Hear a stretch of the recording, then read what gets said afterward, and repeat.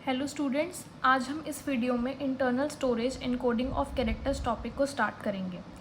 Basically अगर हम बात करें इस टॉपिक के बारे में तो ये आपको इतना ज़्यादा वेटेज का नहीं आएगा। मैक्सिमम 3 to 4 मार्क्स का ये इसका एक क्वेश्चन आ सकता है। तो बेसिकली हम स्टार्ट किससे करेंगे, सबसे पहले हमें पता होना चाहिए एनकोडिंग ऑफ कैरेक्टर्स क्या होता है। बेसिकली एनकोडिंग ऑफ कैरेक्टर्स होता है जब हमारे पास किसी भी एक लेटर को या किसी भी नंबर को या किसी भी सिंबल को हम एक पर्टिकुलर वैल्यू अलॉट करते हैं। तो बेसिकली अगर हम देखें internal storage encoding of characters, हमारे पास 3 तरह की इनकोडिंग स्कीम्स होती हैं।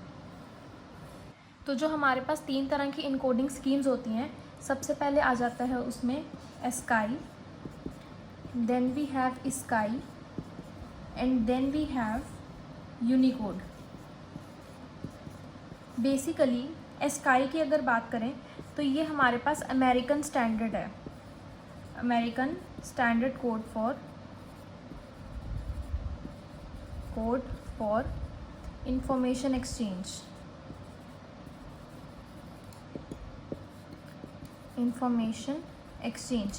ये हमारे पास इंडियन स्टैंडर्ड कोड है, Indian standard code for information exchange, और ये हमारे पास यूनिवर्सल कोडिंग स्टैंडर्ड है।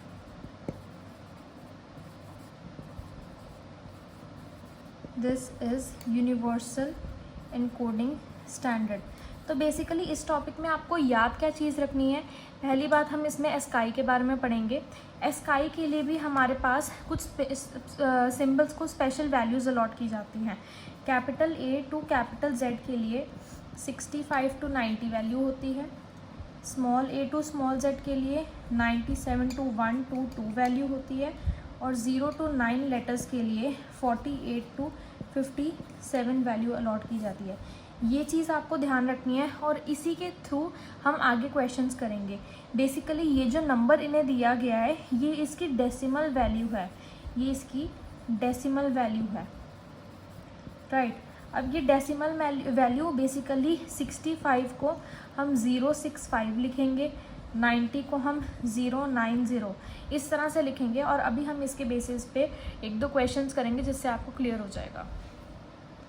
अब हमारे पास ये क्वेश्चन है जिसमें कहा गया है write the ASCII coding for word byte in both binary and hexadecimal notations. मतलब कि जो हमारे पास वर्ड बाइट है इसको हमने हेक्साडेसिमल और बाइनरी नोटेशंस में रिप्रेजेंट करना है।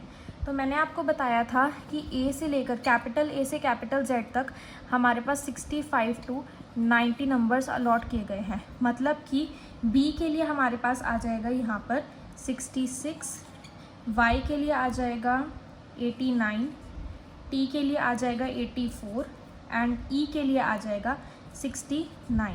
अब ये सब हमारे पास नोटेशन है, ये डेसिमल नोटेशंस हैं। अब इसको हम हेक्साडेसिमल और बाइनरी में कन्वर्ट करेंगे।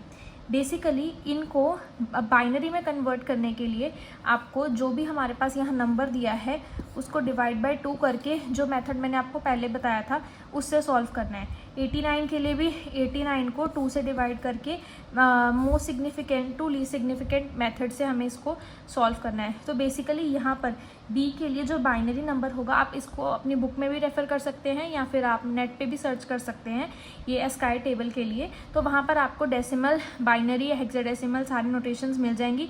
बट क्योंकि हमें यहाँ हेक्साडेसिमल फाइंड आउट करना है, सो हमें डेसिमल पता होना चाहिए जिससे हम बाइनरी फाइंड आउट करें और बाइनरी से हम हेक्साडेसिमल फाइंड आउट करेंगे।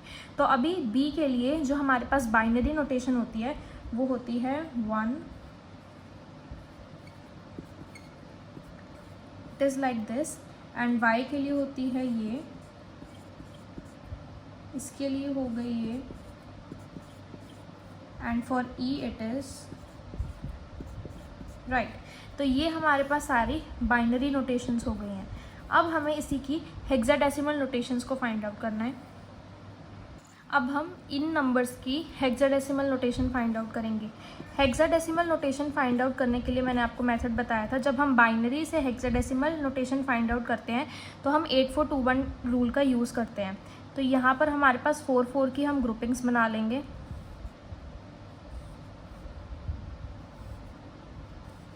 ये 4 की जो अब हमारे पास ग्रुपिंग्स आई हैं तो इसमें आप देख सकते हैं कि जो लास्ट वाली ग्रुपिंग है उसमें एक एक नंबर हमारे पास कम है, तो हम उन सब की जगह 0 ऐड कर देंगे, राइट।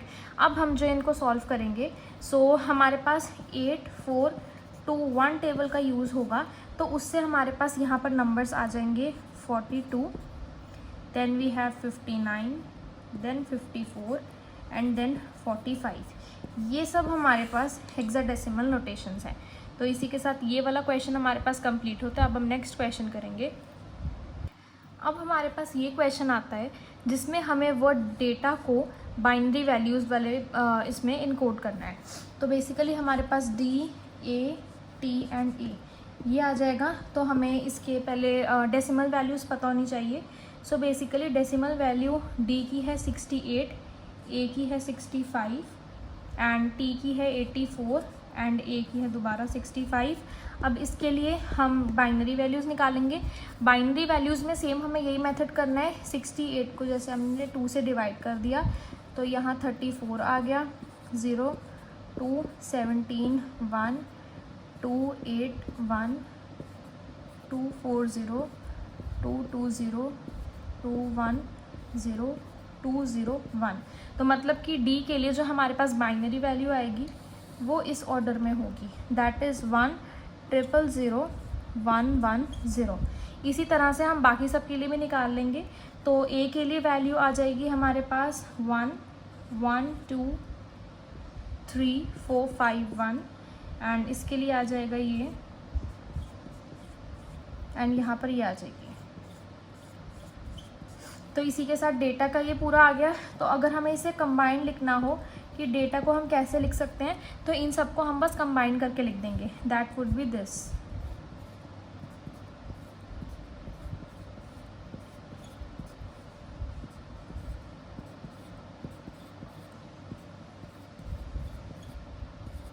सो ये हमारे पास डेटा की पूरी एनकोडिंग आ जाएगी।